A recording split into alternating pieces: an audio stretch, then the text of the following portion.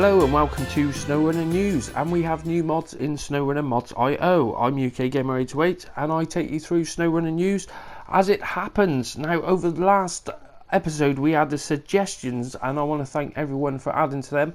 I haven't gone through it all yet, but there's a huge amount of suggestions. There was like 80 odd messages on there. I'll get back to you all. Big thanks on that.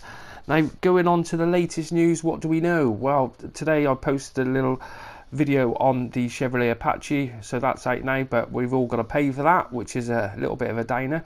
Even if you've got the season pass, then you still have to pay for it. So they obviously a bit short on money and they decided to do it that way, which isn't great really, but it is what it is. Now, moving on to the PTS update 9.0. For those who don't know, the public test server is a means of testing the game before we all get it on console, and it's released to for everyone then, basically. So it's a just test environment for trying out the map.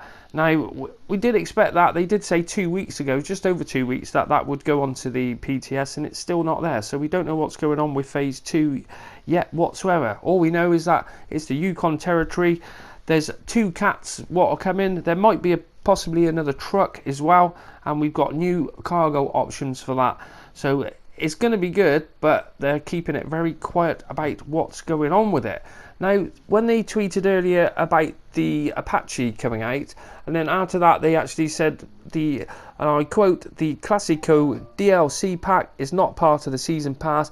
And then it says, "We'll share more news about the next season pass phase content as we get closer to it." And I thought, what?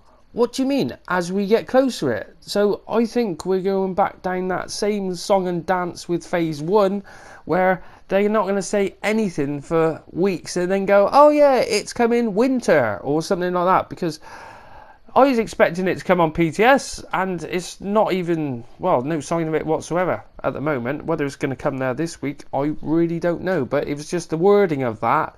Just thought, what the hell is going on? And there was another thing, I think it was on, I can't remember where I saw it, where they said, yeah, we're working really hard on phase 2. And I thought, what? What do you mean you're working hard on it? You should be nearly finished it by now, shouldn't you? What have you been doing all this time? You know, do they work on one phase at a time and then just wait for us to wait for the next one to come along? Because at this rate it seems like the next phase could be a while away and they're not saying anything. I did ask for them to even share the content roadmap, would be nice, so we get an idea of what's coming, but no, we're not having any of that or nothing. I'm going to have a chat with them tomorrow and send them a message, because there's a lot. They've angered the community a great deal with the Chevrolet Apache, and then lack of saying what's going on for phase 2, which is not great, is it?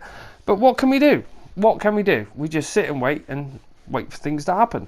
But we do have new mods in Snowrunner Mods.io. And what have we got in there today? Now, the first one is Remo's Motor Park by Remo666. Now, this is absolutely awesome. This is the sort of thing I've been waiting for myself. Now, I'm on console, so I'm waiting for stuff like this for a long time. But he's added this map, and it's got so much on it. It's unbelievable. Fair play. Fair bloody play. It's got asphalt oval contest with a timer on there, so you can do some lap runs, and then dirt and paved ovals, and with a racetrack on there, figure 8 dirt track. Then we have a paved drag strip, 2 lane mud bog pits, and then high speed some trails. 2 rock crawling courses, 2 lane rock crawling courses, which is pretty awesome. There's nothing better than having a course where you can do it alongside somebody else, get some racing on the go or something. And then he's also added a swamp run and a big jump, and it looks absolutely awesome, really does. Fair play. Then next new mod is the Real Kamaz 64131 by General Ale, and he's got no description on that, but you can see he's added a lift kit and tweaked a few other things on that. And then the next one we have is the Azov XE73210 by XE-Moth, and it's a default truck with bigger tyre options on there. Optimised the tyre positioning, added suspension options including active suspension, which is awesome. That's what I was talking about the other day. If that Azov's got active on it, awesome. Then the next one is Nod Stocks Trish the Troopy by TNB XO Froggy, and that one's come from Mudrunner, and he hasn't made any changes to that, but that is a very nice looking mod. That will be pretty popular, I think. And then we have next mod is the UAZ 452D by Yansors, and that's a small commercial Soviet truck, and it's got one slot option and that, and he's got various different add-ons available for it. Then we have the KZKT 74281 by Apache 4 Next Sergei, and that is an 8x8 truck, no description, but you can see we've got 2 slots on there and 2 slots on the back of it, and he's got quite a few different tyre options on it. And then the enhanced Dan 96320 Sandworm by Max Mike 181, and he's got handbrake axles, improved steering, more fuel, autonomous winch, widen the wheel track on it, active and front suspension, and a whole load more on there. And then the 4x autonomous winch by Trail Grandpa, and he's added on that is 4x the strength and 4x the length on the winch. And then we have the new skin for the White Western by General Ale. Then the next new mod is New Balance Scheme Hard. Now this is changes overall absolute ton of stuff in the game, and that's by Diesel Power.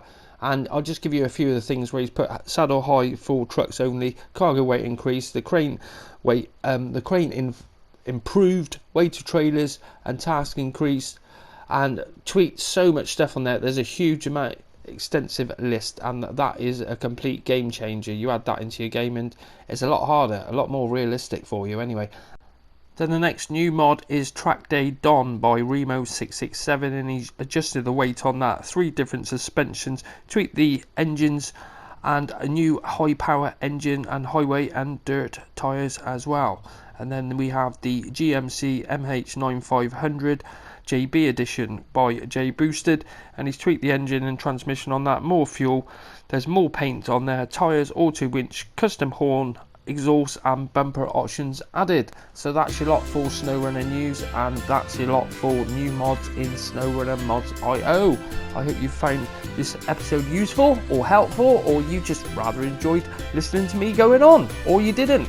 Either way, thanks for watching, and I will see you on the next episode.